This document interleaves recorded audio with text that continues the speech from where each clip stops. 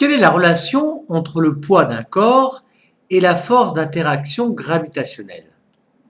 Bien, en introduction, vous calculerez la valeur de la force d'interaction gravitationnelle ou force de gravitation de la Terre sur l'objet de masse m égale 50 kg, notez F de Terre sur l'objet. Le rayon de la Terre est R égale 6,4 fois 10 puissance 3 km, la masse de la Terre 6,0 10 puissance 24 kg. Et puis vous remplirez le tableau suivant pour comparer le vecteur force d'interaction gravitationnelle au vecteur poids qui agit sur ce même objet. Conclusion, le vecteur poids et le vecteur force de gravitation ont le même point d'application, c'est-à-dire le point G, centre d'inertie de l'objet. La direction de cette force est la droite GGT dans les deux cas.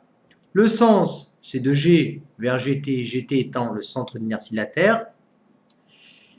Et la valeur de ce vecteur poids vaut m fois g, c'est-à-dire 490 newtons, avec g égale 9,8 newtons par kilogramme.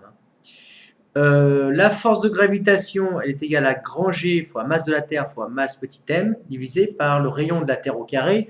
En effet, la distance entre l'objet et le centre d'inertie de la Terre est égale au rayon de la Terre, puisque l'objet est posé sur la Terre. Et ça vaut aussi 490 newtons.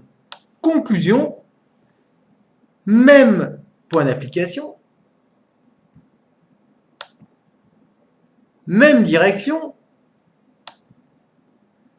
même sens, et puis la même valeur. Conclusion, le vecteur poids P d'un objet est peu différent du vecteur force d'interaction gravitationnelle F exercé par la Terre sur l'objet. Vous verrez plus tard au cours de vos études que ces deux vecteurs sont légèrement différents.